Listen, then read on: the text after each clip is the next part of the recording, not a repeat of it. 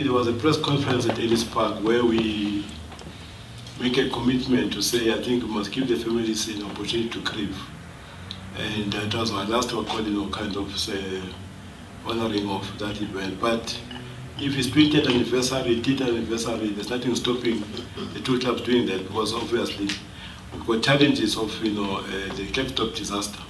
Because they want to prioritize one as opposed to the other one. And they are all important, events that happen in football in this country. Which one of them has given rise to what is called now a Sasria Act, which regulates, how to stage events in the country.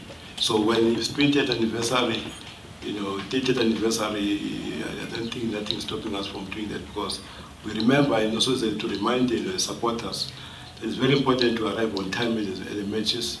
Like what happened in the match of Paris and Kaizer Chiefs in the Carling Cup, something just uneventful happened, where now we just discovered that, once we thought it was late coming, but there are people that are organized gangs without tickets that target certain games. But that matter could come up if the commission is going to take place to resolve those issues. But the Ellis Park disaster is an emotional one, and we did not abandon it because we did make a statement that we've done the part.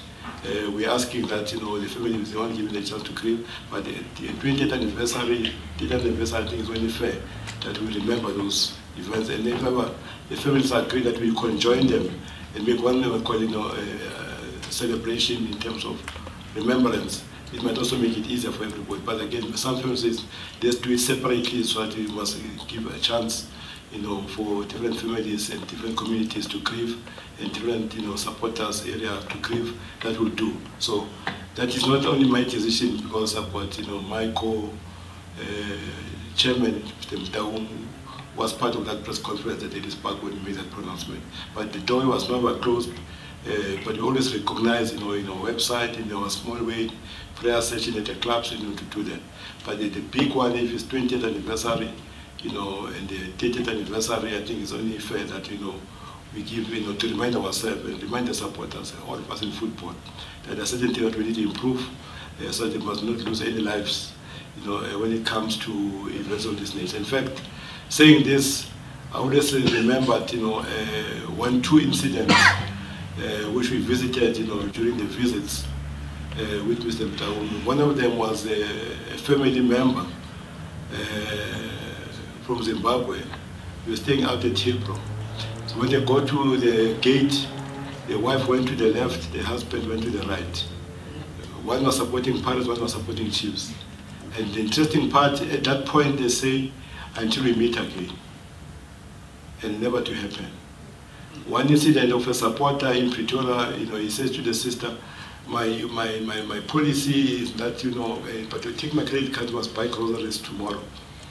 But he didn't ask the sister, but why is he giving his credit card to buy groceries tomorrow? He didn't realize he's not going to come back.